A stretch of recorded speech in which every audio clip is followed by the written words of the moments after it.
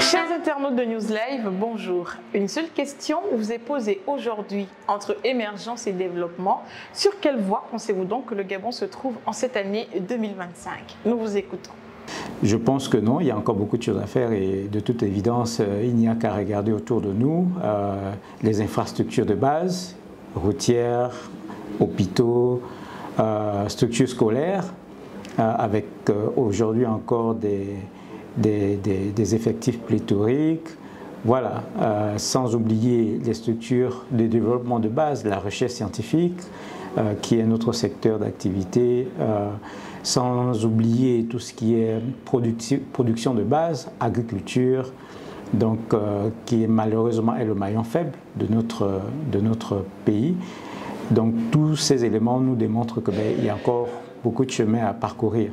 Je dirais que oui, parce que dès 1960, donc les années des indépendances, à aujourd'hui, nous avons vu plus ou moins l'évolution, nous avons vu passer plusieurs présidents.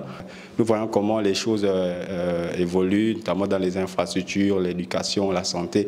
Et si on compare de 1960 à 2025, nous pouvons dire qu'il y a beaucoup de choses qui ont changé et que nous sommes en bonne voie, nous sommes un pays en voie de développement et il y a encore beaucoup de choses à améliorer, notamment ici nous sommes dans un institut de recherche et encourager aussi la recherche, encourager aussi les jeunes à trouver de l'emploi dans ce genre de domaine.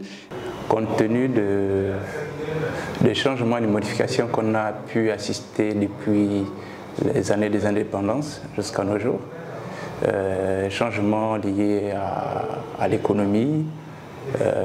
On a vu que notre PIB il y a eu des modifications sur notre PIB, mais également sur l'arrivée ou la réalisation de certaines infrastructures telles que la route, le réseau routier, le système scolaire et sanitaire, qui aujourd'hui permet à ce que la population soit exposée ou encore ait une vie quand même, je veux dire, acceptable.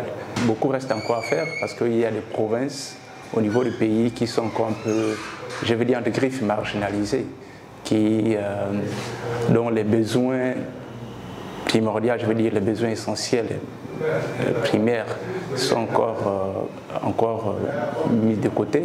Depuis le mandat d'Ali Bongo, jusqu'à présent, il y a quand même des avancées. Hein.